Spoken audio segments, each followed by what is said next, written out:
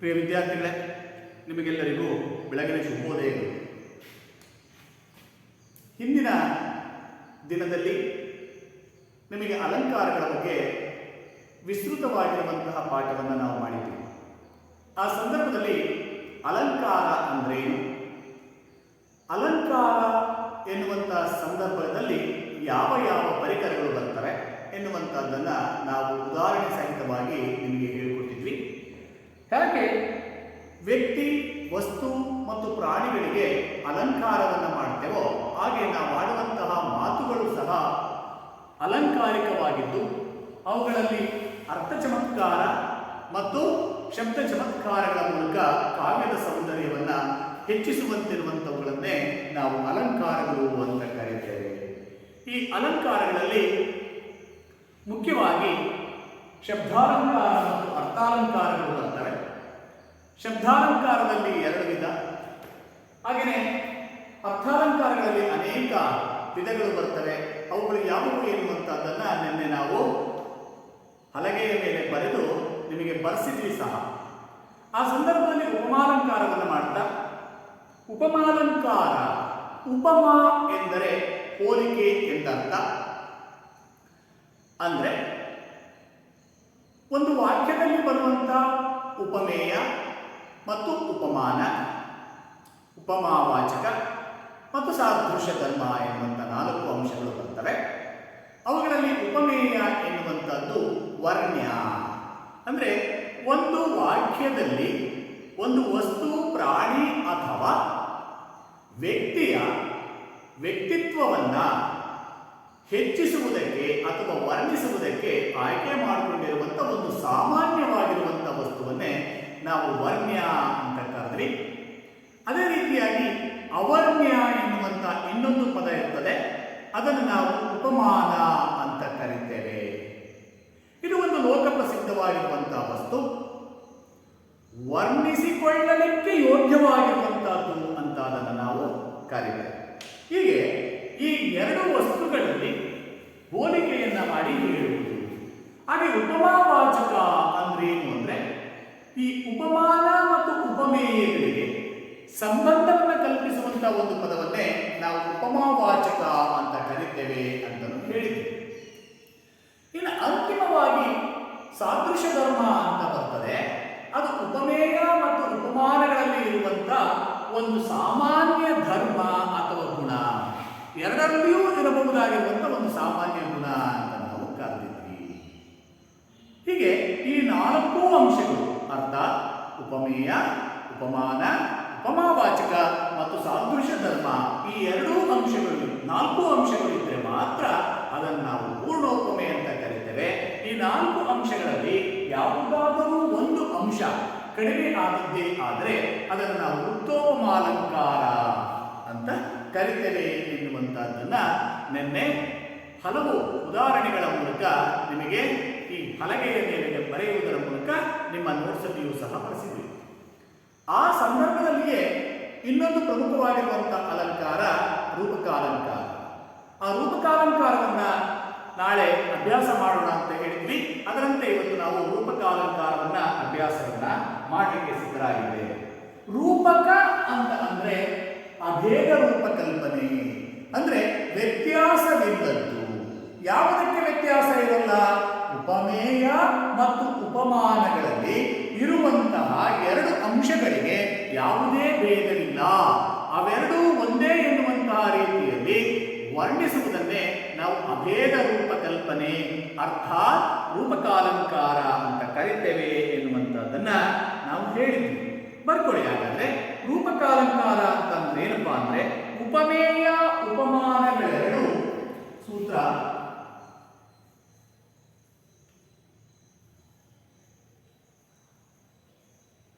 ಉಪಮೇಯ ಉಪಮಾನಗಳೆರಡು ಒಂದೇ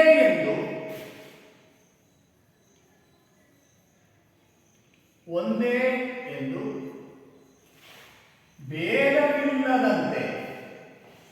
ಭೇದವಿಲ್ಲದಂತೆ ಹೇಳುವ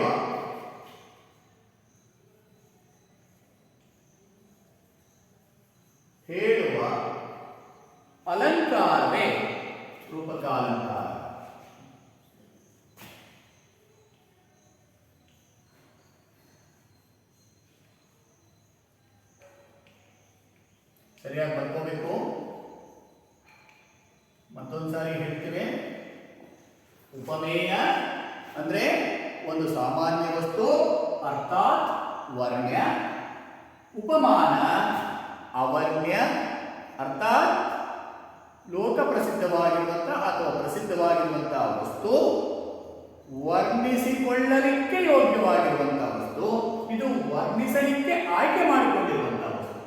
ಈ ಎರಡೂ ಒಂದೇ ಅಂತ ಹೇಳ್ತಾ ಅವುಗಳಲ್ಲಿ ಯಾವುದೇ ಭೇದವಿಲ್ಲ.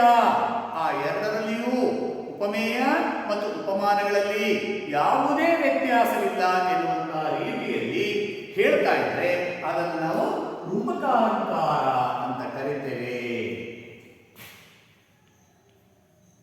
ಎಂದು ಕರೆಯುತ್ತಾರೆ. ಈ ಡೆಫಿನೇಷನ್ ಅನ್ನ ನೀವು ಸರಿಯಾಗಿ ಅರ್ಥ ಮಾಡ್ಕೋಬೇಕು. ಯಾವಾಗ ಇದನ್ನ ಸರಿಯಾದ ರೀತಿಯಲ್ಲಿ ಅರ್ಥ ಮಾಡ್ಕೊಳ್ತೀರಿ ಆಗ ಇದು ಯಾವ ಅಲಂಕಾರ ಎನ್ನುವಂತಹದ್ದು ಗೊತ್ತಾಗ್ತದೆ.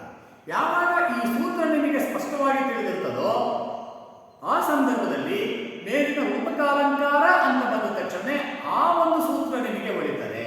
ಎರಡಕ್ಕೂ ಸಹ ಒಂದು ರೀತಿಯ ಚೈನ್ ಲಿಂಕ್ ಇದ್ದೇ ಇರ್ತದೆ. ಮೊದಲು ಕಲಿಬೇಕು, ಕಲಿತ ನಂತರ ಪ್ರಶ್ನೆಗೆ ಉತ್ತರ ಒಳಿತಾ ಹೋಗ್ತದೆ.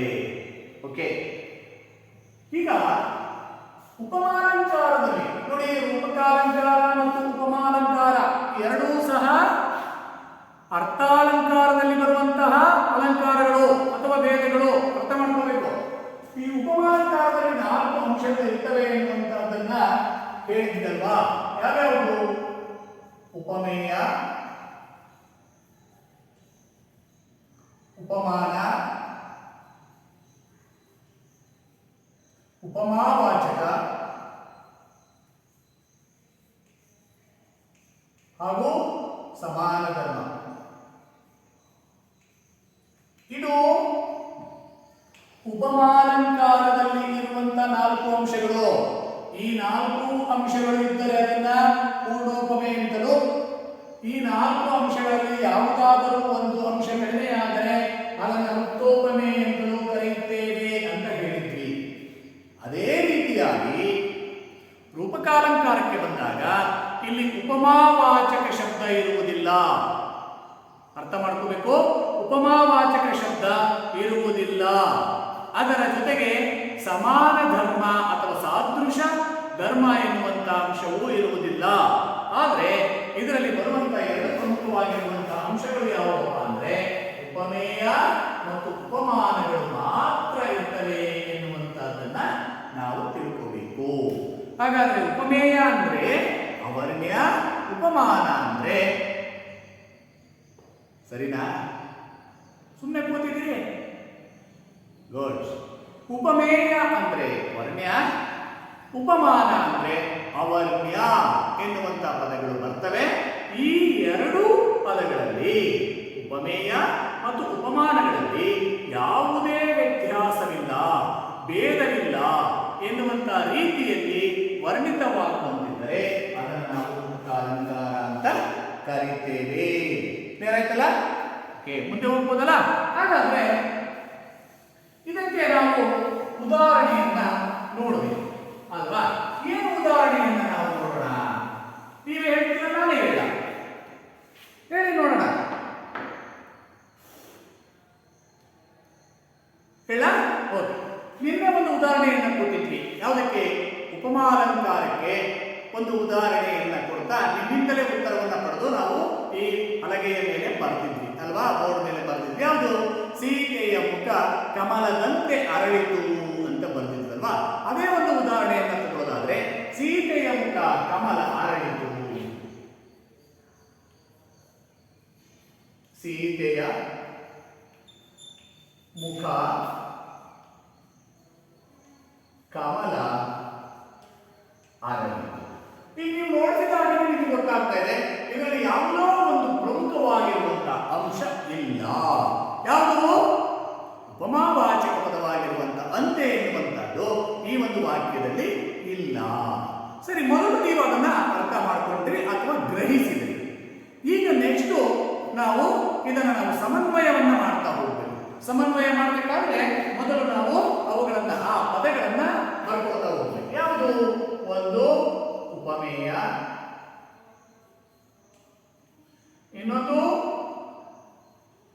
ಉಪಮಾನ ಅಲ್ವಾ? ಇದರಲ್ಲಿ ಎರಡೇ ಪ್ರಮುಖ ಪಾತ್ರ ವಹಿಸುತ್ತೆ ಅಂತ ನಾವು ಈಗಾಗಲೇ ಹೇಳಿದ್ವಿ. ಹಾಗಾದ್ರೆ ಉಪಮೇಯ ಅಂದ್ರೆ ವರ್ಣ್ಯ, ಒಂದು ಸಾಮಾನ್ಯವಾಗಿರುವಂತಹ ವಸ್ತು. ಯಾವುದು? ನಿನ್ನೆ ನೀವು ಯಾವಾಗಲೂ ಬಿಡಿಸ್ಬಿಟ್ಟಿದ್ದೀರಿ, ಅದು ಸೀತೆಯ ಮುಖ. ಸೀತೆಯ ಮುಖ. ಹಾಗಾದ್ರೆ ಉಪಮಾನ ಯಾವುದು? ಡೌಟೇ ಇಲ್ಲ, ಕಮಲ ಅರಳಿತು ಅಥವಾ ಕಮಲ ಅಂತ ಬರುತ್ತೆ. ಇಷ್ಟು ಆದ್ಮೇಲೆ ಸಮನ್ವಯ ಮಾಡಬೇಕು. ಅದಕ್ಕಿಂತ ಮೊದಲು ನೀವು ಆಗಲೇ ನಿನ್ನೆ ಅಭ್ಯಾಸವನ್ನ ಮಾಡಿದ್ದೀರಿ. ಇಲ್ಲಿ ಅಲಂಕಾರ ಯಾವುದು ಅಂತ ಬರೀರಿ. ಅಲಂಕಾರವನ್ನು ಬರೀರಿ. ಅಲಂಕಾರ ಯಾವುದು?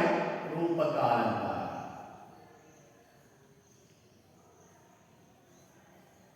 ಈಗ ನಾವು ಸಮನ್ವಯವನ್ನು ಮಾಡಬೇಕು.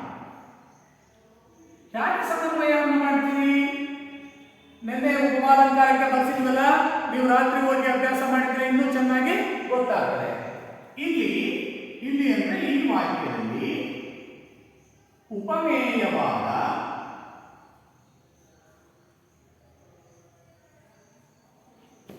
ಸೀತೆಯ ಮುಖಕ್ಕೂ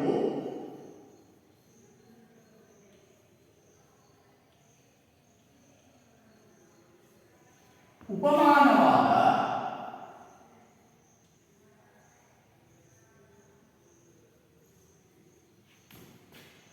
ಕಮಲ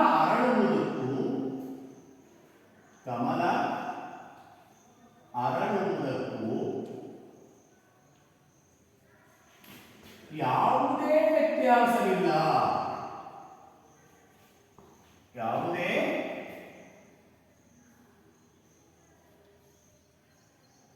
ವ್ಯತ್ಯಾಸವಿಲ್ಲ. ಅವೆರಡು ಅಂದ್ರೆ ಉಪಮಾನ ಮತ್ತು ಉಪಮೇಯಗಳು ಎರಡೂ ಒಂದೇ ಎಂಬ ಅಭೇದವನ್ನು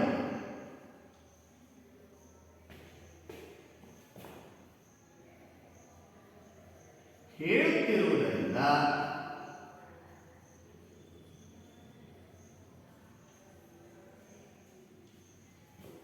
ಇದು ರೂಪಕಾಲಂಕಾರ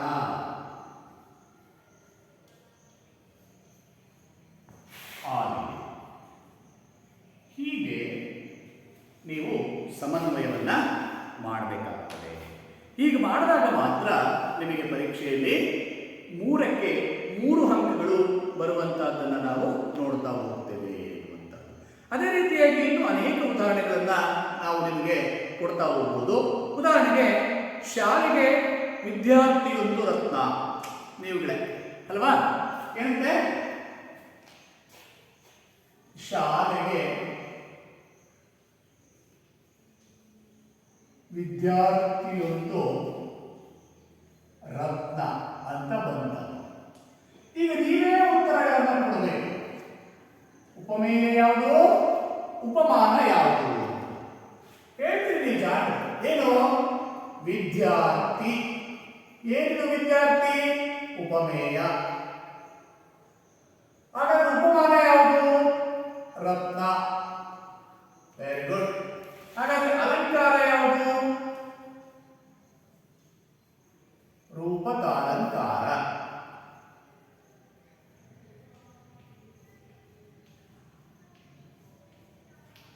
ಸಮನ್ವಯಗೊಳಿಸಬೇಕಲ್ಲಪ್ಪ. ಸಮನ್ವಯ. ಇಲ್ಲಿ ಉಪಮೇಯವಾದ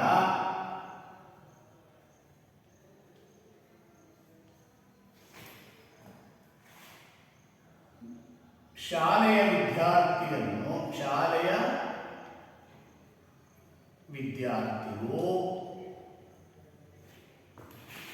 ಉಪಮಾನವಾದ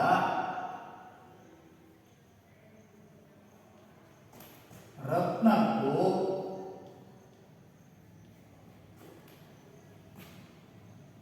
ಯಾವುದೇ ವ್ಯತ್ಯಾಸವಿಲ್ಲ.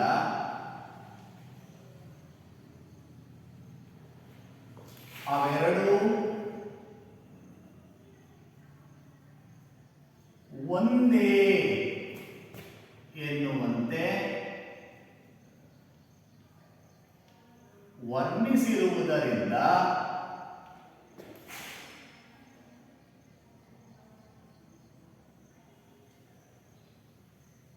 ಇದು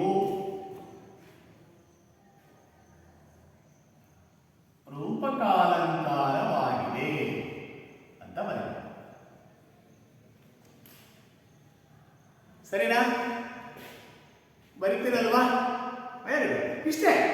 ನೀವು ಯಾವಾಗ ಸರಿಯಾಗಿ ಅರ್ಥ ಮಾಡ್ಕೊಳ್ತೀರಿ ಆಗ ಬಹಳ ಸರಳವಾಗಿ ನೀವು ಉದಾಹರಣೆಗಳನ್ನು ಬರೀಲಿಕ್ಕೆ ಸಾಧ್ಯ ಆಗ್ತದೆ ಎನ್ನುವಂತಹದ್ದನ್ನು ತಿಳ್ಕೋಬೇಕು. ಹಾಗಾಗಿ ಇನ್ನೂ ಒಂದಿದೆ, ಮನೆಯೇ ಧರ್ಮಾಶ್ರಮ. ಇದನ್ನು ರದ್ದು ಮಾಡಿಬಿಟ್ಟು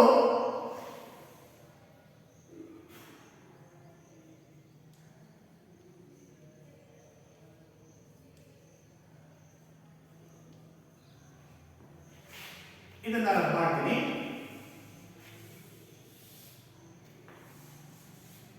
ಏನು? ಮನೆಯೇ ಧರ್ಮಶಾಲೆ. ಹೌದೇನಪ್ಪ? ಓಕೆ. ಈಗೇನೂ ನಾನು ರದ್ದು ಮಾಡಲ್ಲ, ಕೆಲವೇ ಕೆಲವು ಅಂಶಗಳನ್ನ ನಿಮಗೆ ಅರ್ಥ ಆಗಲಿ ಅನ್ನುವಂಥ ಕಾರಣಕ್ಕೋಸ್ಕರ. ಹಾಗಾದ್ರೆ ಉಪಮೇಯ ಯಾವುದು? ಮನೆ. ಉಪಮಾನ ಯಾವುದು? ಧರ್ಮಶಾಲೆ. ಧರ್ಮಶಾಲೆ. ಅಲಂಕಾರ ಯಾವುದು? ರೂಪಕಾಲಂಕಾರ. ಸಮನ್ವಯ. ಇಲ್ಲಿ ಉಪಮೇಯವಾದ ಮನೆಯನ್ನು ಉಪಮಾನವಾದ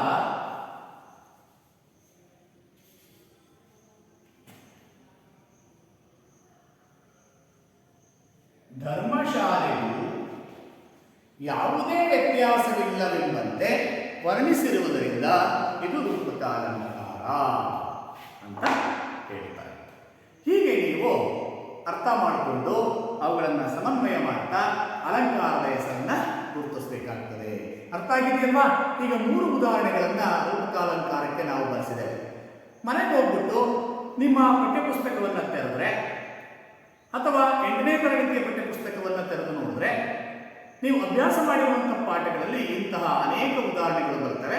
ಈ ಉದಾಹರಣೆಗಳನ್ನ ಅದು ಪಠ್ಯ ಆಗಿರ್ಬೋದು, ಗದ್ಯ ಆಗಿರ್ಬೋದು, ಪದ್ಯ ಆಗಿರ್ಬೋದು, ಎಲ್ಲದರಲ್ಲೂ ಇಂತಹ ವಾಕ್ಯಗಳು ಸಿಗ್ತವೆ. ಅವುಗಳನ್ನು ನೀವು ಆರಿಸಿಕೊಂಡು ಕನಿಷ್ಠ ಒಂದು 5 ಉದಾಹರಣೆಗಳನ್ನ ನೀವು ಪಠ್ಯಪುಸ್ತಕದಲ್ಲಿ ಬರೆದ್ರೆ ತುಂಬಾ ಸರಳವಾಗಿ ನಿಮಗೆ ಅರ್ಥ ಆಗುತ್ತೆ ಎನ್ನುವಂತಹದ್ದನ್ನು ನಾವಾದರೂ ಭಾವಿಸ್ತಾ, ಈಗ ಇನ್ನೊಂದು ಪ್ರಮುಖವಾಗಿರುವಂತಹ ಅಲಂಕಾರವನ್ನ ನಾವು ನಿಮಗೆ ಹೇಳ್ಕೊಡ್ಬೇಕಾಗಿದೆ. ಅದೇ ಅಂದ್ರೆ ದೃಷ್ಟಾಂತ ಅಲಂಕಾರ. ಅರ್ಥ ಮಾಡ್ಬೋದಲ್ಲ ಇದು?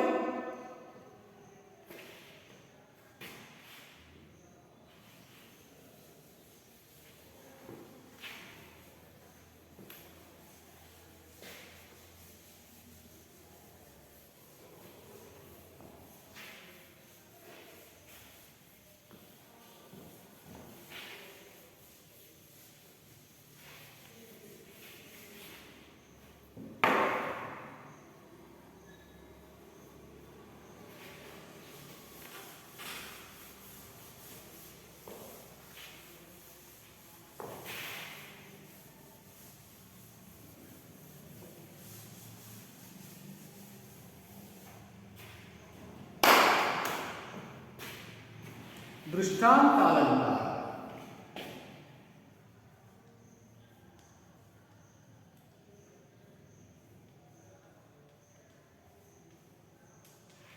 ಇದು ಸಹ ಅರ್ಥಾಲಂಕಾರದಲ್ಲಿ ಬರುವಂತಹ ಇನ್ನೊಂದು ಪ್ರಮುಖವಾಗಿರುವಂತಹ ಅಲಂಕಾರ. ನಿಮ್ಮ ಪರೀಕ್ಷಾ ದೃಷ್ಟಿಯಿಂದ ಬಹಳ ಇಂಪಾರ್ಟೆಂಟ್ ಆಗಿರುವಂತದ್ದು. ನೋಡಿ ಹೇಗಿರ್ತದೆ. 2 ಬೇರೆ ಬೇರೆ ವಾಕ್ಯಗಳು ಅರ್ಥಸಾದೃಶ್ಯದಿಂದ ಅರ್ಥವನ್ನ ನೋಡುವಾಗ ಒಂದಕ್ಕೊಂದು ಬಿಂಬ ಮತ್ತು ಪ್ರತಿಬಿಂಬದಂತೆ, ಅರ್ಥಸಾದೃಶ್ಯದಿಂದ ಬಿಂಬ ಮತ್ತು ಪ್ರತಿಬಿಂಬದಂತೆ ತೋರುತ್ತಿದ್ದರೆ ಅದನ್ನು ನಾವು ದೃಷ್ಟಾಂತ ಅಲಂಕಾರ ಅಂತ ಕರಿತೀವಿ. ಬಹಳ ಸರಳವಾಗಿ ನೆನಪಿಟ್ಕೊಳ್ಳಿ. ನೋಡಿ, ಉಪಮಾಲಂಕಾರ ಅಂದ್ರೆ ಹೋಲಿಕೆ, ರೂಪಕಾಲಂಕಾರ ಅಂದ್ರೆ ಅಭೇದ ರೂಪ, ದೃಷ್ಟಾಂತಾಲಂಕಾರ ಅಂದ್ರೆ ಬಿಂಬ ಮತ್ತು ಪ್ರತಿಬಿಂಬ ಎನ್ನುವಂಥದ್ದು ನಿಮ್ಮ ತಲೆಯ ಒಳಗಡೆ ಅದು ಹೋಗಿರಬೇಕು. ಸೂತ್ರ ಏನು ಹೇಳುತ್ತೆ ದೃಷ್ಟಾಂತ ಅಲಂಕಾರಕ್ಕೆ?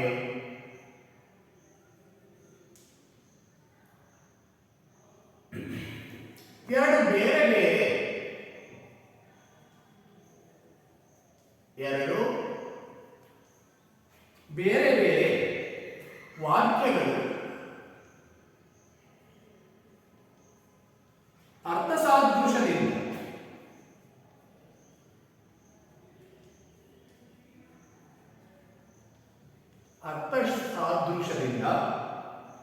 ಒಂದಕ್ಕೊಂದು ಪರಸ್ಪರ ಅಂತ, ಒಂದಕ್ಕೊಂದು ಉಪಮೇಯ ಮತ್ತು ಉಪಮಾನಗಳು, ಒಂದಕ್ಕೊಂದು ಬಿಂಬ ಪ್ರತಿಬಿಂಬದಂತೆ, ಪ್ರತಿಬಿಂಬ ಭಾವದಂತೆ,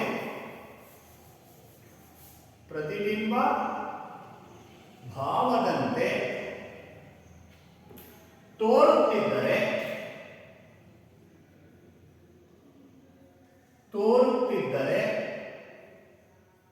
ಅದು ದೃಷ್ಟಾಂತಾಲಂಕಾರವಾಗುತ್ತದೆ.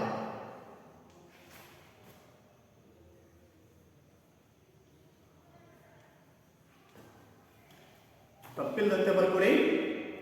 ಎರಡು ಬೇರೆ ಬೇರೆ ವಾಕ್ಯಗಳು ಅರ್ಥ ಸಾದೃಶ್ಯದಿಂದ ಅರ್ಥವನ್ನು ನೋಡುವಂತಹ ಸಮಯದಲ್ಲಿ ಒಂದಕ್ಕೊಂದು ಅವೆರಡಕ್ಕೂ ಸಹ ಉಪಮೇಯ ಮತ್ತು ಉಪಮಾನಗಳೆರಡಕ್ಕೂ ಬಿಂಬ, ಒಂದು ಬಿಂಬ ಇನ್ನೊಂದು ಪ್ರತಿಬಿಂಬ. ಬಿಂಬ ಅಂದ್ರೆ ನೋಡುವುದು, ಇನ್ನೊಂದು ಪ್ರತಿಬಿಂಬ ಅಂದ್ರೆ ನಮ್ಮ ಭಾವವೇ, ನಮ್ಮ ಚಿತ್ರವೇ ಮತ್ತೆ ಕಾಣಿಸುವಂತಹದ್ದು ಅಂತ ಕರೀತೇವೆ. ಬಿಂಬ ಪ್ರತಿಬಿಂಬ ಎಂಬ ಭಾವದಂತೆ ತೋರುತ್ತಿದ್ದರೆ ಅದನ್ನ ನಾವು ದೃಷ್ಟಾಂತಾಲಂಕಾರ ಅಂತ ಕರೆದ್ವಿ. ಉದಾಹರಣೆಗೆ ನೋಡಿ, ಮಾತು ಬಲ್ಲವನಿಗೆ ಜಗಳವಿಲ್ಲ, ಊಟ ಬಲ್ಲವನಿಗೆ ರೋಗವಿಲ್ಲ ಎನ್ನುವಂಥದ್ದೊಂದು ಉದಾಹರಣೆ ಮಾತಿದೆ. ಏನದು? ಮಾತು ಬಲ್ಲವನಿಗೆ ಜಗಳವಿಲ್ಲ, ಊಟ ಬಲ್ಲವನಿಗೆ ರೋಗವಿಲ್ಲ. ಇಲ್ಲಿ ಮಾತಿನ ಮಹತ್ವ ತಿಳಿದವನಿಗೆ ಜಗಳ ಮಾಡಬೇಕೆಂಬ ಪ್ರಮೇಯವೇ, ಸಂದರ್ಭವೇ ಬರಲ್ಲ. ಮಾತಿನ ಮಹತ್ವವನ್ನು ಇಲ್ಲಿ ಬಹಳ ಪ್ರಮುಖವಾಗಿ ಹೇಳುತ್ತಾರೆ. ಅನೇಕ ಅವಧಿಗಳಲ್ಲಿ ನಾವು ಹೇಳಿದ್ದೀವಿ, ಮಾತು ಎನ್ನುವಂಥದ್ದು ಹೇಗಿರಬೇಕು, ಸ್ಫುಟವಾಗಿರಬೇಕು, ಇನ್ನೊಬ್ಬರ ಮನಸ್ಸಿಗೆ ಖುಷಿಯನ್ನು ಕೊಡುವಂತಿರಬೇಕು, ಹೌದೆನ್ನುವಂತಿರಬೇಕು. ಅನೇಕ ಉದಾಹರಣೆಗಳನ್ನು ಕೊಟ್ಟಿದ್ದೇವೆ ಬಿಡಿ. ಅಂದರೆ ಯಾರು ತಾನು ಆಡುವಂತಹ ಮಾತಿನ ಪರಿಣಾಮವನ್ನು ಅರಿತು ಮಾತನಾಡ್ತಾನೋ ಅವನಿಗೆ ಜಗಳ ಎನ್ನುವಂಥದ್ದು ಬರೋದೇ ಇಲ್ಲ.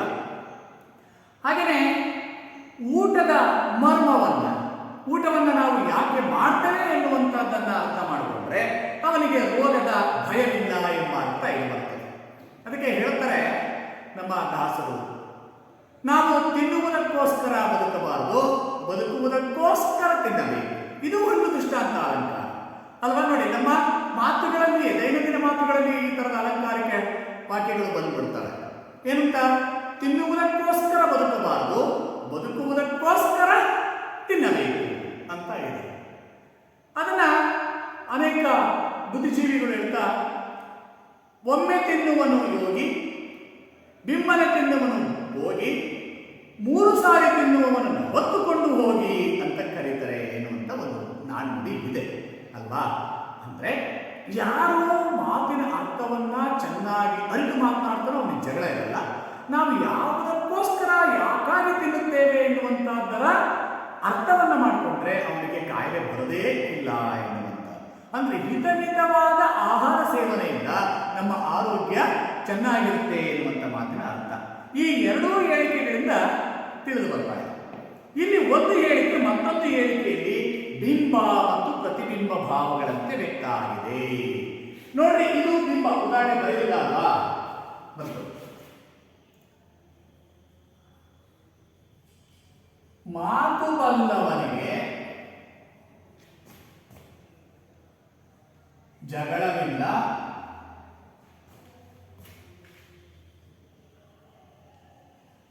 ಊಟ ಬಲ್ಲವನಿಗೆ ರೋಗವಿಲ್ಲ. ಇದರಲ್ಲಿ 2 ವಾಕ್ಯಗಳ ಸಂಯೋಗ ಇದೆ.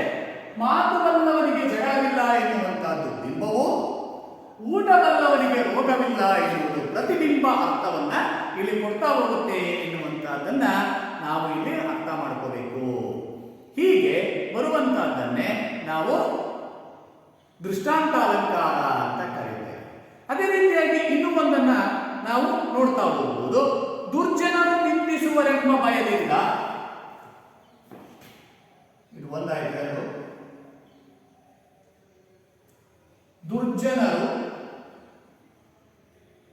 ನಿಂದಿಸುವರು ಅಂದ್ರೆ ನಮ್ಮನ್ನ ಹೀಯಾಳಿಸಿಕೊಳ್ತಾರೆ, ಬೈತಾರೆ ಎಂಬ, ನಿಂದಿಸುವರೆಂಬ ಭಯದಿಂದ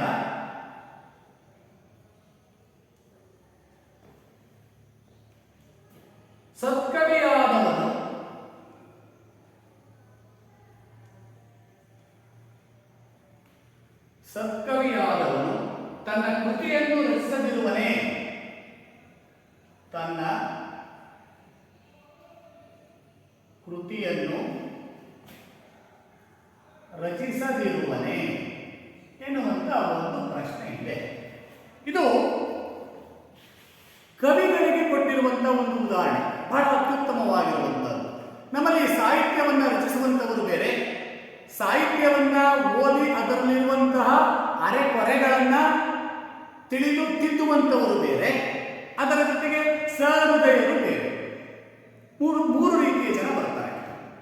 ಇದರಲ್ಲಿ ಮಿಡ್ಲಿದಾರಲ್ಲ, ಅರೆಕೊರೆಗಳನ್ನ ತಿದ್ದಿ ತೀಡಿ ಹೇಳುವಂಥವ್ರು, ಇದರಲ್ಲಿ ಮತ್ತೆ ಯಾವಿಲ್ಲ. ಒಬ್ಬರು ಸಹೃದಯರು ಅಂತ ಬರ್ತಾರೆ. ಸಹೃದಯರು ಅಂತಂದ್ರೆ ಕವಿಯ ಮನಸ್ಸಿನಂತಹ ಮನಸ್ಸನ್ನೇ ಹೊಂದಿರುವಂತಹ ಒಂದು ವರ್ಗ.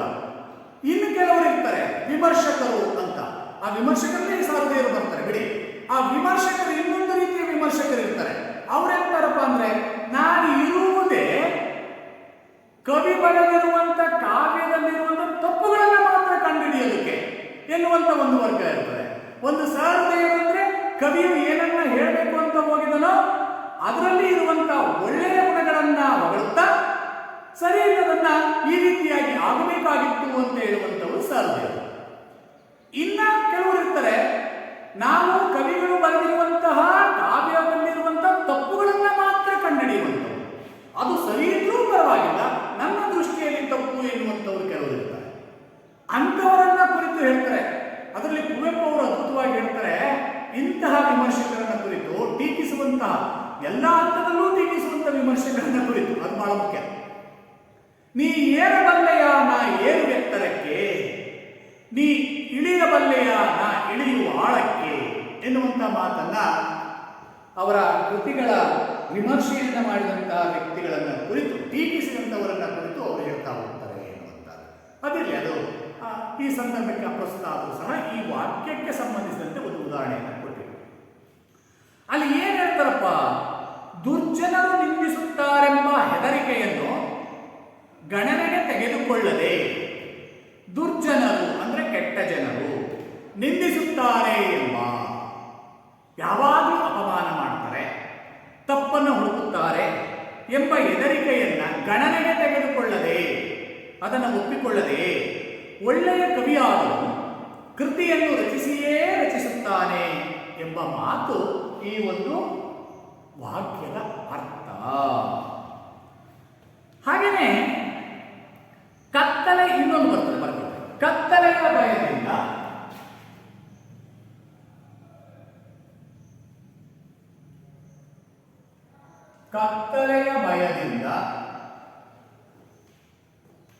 ಸೂರ್ಯ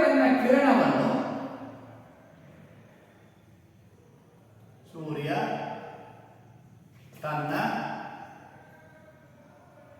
ಕಿರಣವನ್ನು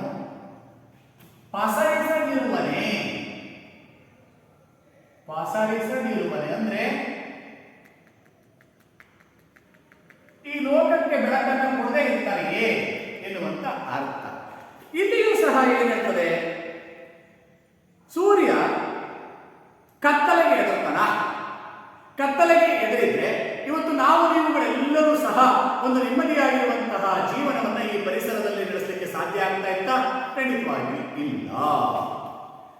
ಇಲ್ಲಿ ನೋಡಿ, ಮಾತಿಗೂ ಕತ್ತಲೆಯ ಹೆದರಿಕೆಯಿಂದ ಸೂರ್ಯನು ಸುಮ್ಮನಿರದೆ ಕಿರಣವನ್ನು ಪಸರಿಸುತ್ತಾ ಅಂತಾನೆ. ಈ ಮಾತಿಗೂ ಸದೃಶವಾದ, ಒಂದೇ ಆದ, ಸದೃಶ, ಸ ಅಂದ್ರೆ ಒಂದೇ ರೀತಿಯ, ದೃಶ್ಯ ಅಂದ್ರೆ ನೋಡುವುದು, ಸರ್ ನೀವು ಹೇಳಿದ್ರಿ ಈ ಅರ್ಥಾಲಂಕಾರಗಳಲ್ಲಿ ಉಪಮಾನ ಉಪಮೇಯ ಅನ್ನುವಂಥದ್ದು ಇರ್ತದೆ ಅಂತ, ಆದ್ರೆ ಎಲ್ಲಾ ಅಲಂಕಾರಗಳಲ್ಲಿಯೂ ಸಹ ಅದನ್ನು ಬಳಸುವಂತ ಅವಶ್ಯಕತೆ ಇರುವುದಿಲ್ಲ ಎನ್ನುವುದನ್ನು ನೀವು ಅರ್ಥ ಮಾಡ್ಕೋಬೇಕು.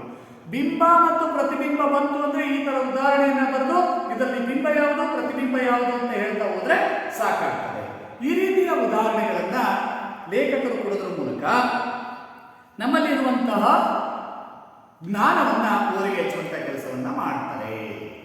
ದೃಷ್ಟಾಂತ ಅಂದ್ರೆ ಬಿಂಬ ಮತ್ತು ಪ್ರತಿಬಿಂಬದಂತೆ ಅದು ತೋರುತ್ತಿದ್ದರೆ ಅಥವಾ ಆ ವಾಕ್ಯದ ಭಾವವು ಕಾಣುವಂತಿದ್ದರೆ ಅದನ್ನು ನಾವು ದೃಷ್ಟಾಂತಾಲಂಕಾರ ಅಂತ ಕರಿತೇವೆ ಎನ್ನುವಂತಹದನ್ನ ನೀವು ಚೆನ್ನಾಗಿ ತಿಳ್ಕೋಬೇಕು. ನೋಡ್ರಿ, ಅದನ್ನೇ ಸಂಸ್ಕೃತದಲ್ಲಿ ಹೇಳ್ತಾ ಹೋಗ್ತಾರೆ ಏನಂತ, ನಿಂದಿಸುವ ದುರ್ಜನರ್ ಒಂದ ಭಯಂ ಬೆತ್ತಿಸುವ ಕವಿ ರಚಿಸನೇ ಕೃತಿಯ. ಇದನ್ನ ಸಂಸ್ಕೃತದ ಹಳೆಗನ್ನಡದ ಕವಿಗಳು ಚೆನ್ನಾಗಿ ವರ್ಣನೆಯನ್ನು ಮಾಡ್ತಾರೆ. ಹಾಗೆ ಮುಂದೆ ಬರೆದು ಮಂದೇರ ಭಯದಿಂದ ಏಂದ ಸಕಂ ನಿಜ ಮಯೂಖನಂ ಪ್ರಸರಿಸನೆ. ನಾನು ಕನ್ನಡದಲ್ಲಿ ಉದಾಹರಣೆಗಳನ್ನು ಕೊಟ್ಟೆ, ಸಂಸ್ಕೃತದಲ್ಲಿಯೂ ಸಹ ಇವೆ. ಯಾಕೆ ಸರ್ ನೀವು ಸಂಸ್ಕೃತದಲ್ಲೇ ಬರಲಿಲ್ಲ ಅಂತಂದ್ರೆ ನಿಮಗೆ ಇದು ಮೊದಲ ಅವಧಿಗಳು ಸರಳವಾಗಿ ಸುಲಭವಾಗಿ ಅರ್ಥ ಆಗಲಿ ಎನ್ನುವಂಥ ಕಾರಣಕ್ಕೆ ನಾವು ಇದನ್ನ ಹೇಳ್ತಾ ಹೋಗ್ತೀವಿ. ಇಲ್ಲಾಂದ್ರೆ ಏನಾಗ್ತಾ ಇದೆ ಅಂತಂದ್ರೆ ಮುದ್ದಣ ಮನೋರಮೆಯರ ಸರಸ ಸಲ್ಲಾಪದ ಪ್ರಸಂಗದಲ್ಲಿ ಬರುತ್ತೆ ನೋಡಿ, ನೀರಿಳಿಯದ ಗಂಟಲು ಕಡುವ ತುರುಕಿದಂತಾಯಿತು ಅಂತ. ಅಂದ್ರೆ ನಮ್ಮ ಹೊಸಗನ್ನಡ ಸಾಹಿತ್ಯವನ್ನೇ ಅರ್ಥ ಮಾಡ್ಕೊಳ್ಳಿಕ್ಕೆ ಕಷ್ಟಪಡ್ತಾ ಇರುವಂತಹ ಈ ಸಂದರ್ಭದಲ್ಲಿ ನಾವು ಸಂಸ್ಕೃತದ ಅಥವಾ ಕಬ್ಬಿಣದ ಕಡಲೆ ಎಂದಿರುವಂತಹ ಸಂಸ್ಕೃತದ ಪದಗಳನ್ನು ಹೇಳಿದ್ರೆ ನೀವಿನ್ನು ಭಯ ಪಡ್ಕೊಂಡ್ಬಿಡ್ತೀರಿ ಎನ್ನುವಂಥ ಕಾರಣಕ್ಕೋಸ್ಕರ ಈ ಉದಾಹರಣೆಗಳನ್ನು ಕೊಟ್ಟಿಲ್ಲ. ಮುಂದಿನ ಅವಧಿಗಳಲ್ಲಿ ನಿಮಗೆ ಈ ತರದ ಉದಾಹರಣೆಗಳನ್ನು ಸಹ ನಾವು ಕೊಡ್ತೇವೆ. ಮೊದಲು ಕನ್ನಡವನ್ನು ಚೆನ್ನಾಗಿ ಅಭ್ಯಸಿಸುವ, ಓದುವ, ತಿಳಿದುಕೊಳ್ಳುವಂತಹ ಒಂದು ಗುಣ ಸ್ವಭಾವ ನಮ್ಮಲ್ಲಿ ಬಂದಾಗ ಹಳೆಗನ್ನಡವನ್ನೂ ಸಹ ನಾವು ಸರಳವಾಗಿ ಓದುವುದು ಬರುತ್ತೆ ಎನ್ನುವಂಥ ಮಾತನ್ನು ಹೇಳ್ತಾ ಇವತ್ತಿನ ಪಾಠ ನಿಮಗೆ ಅರ್ಥ ಆಗಿದೆ ಅಂತ ತಿಳ್ಕೊಂಡು ಈ ಪಾಠವನ್ನು ಮುಗಿಸ್ತಾ ಇದ್ದೀವಿ. ನಿಮಗೆಲ್ಲರಿಗೂ ಈ ದಿನದ ಶುಭಾಶಯಗಳನ್ನು ತಿಳಿಸ್ತಾ ಪಾಠವನ್ನು ಮುಗಿಸ್ತಾ ಇದ್ದೇವೆ. ಧನ್ಯವಾದಗಳು.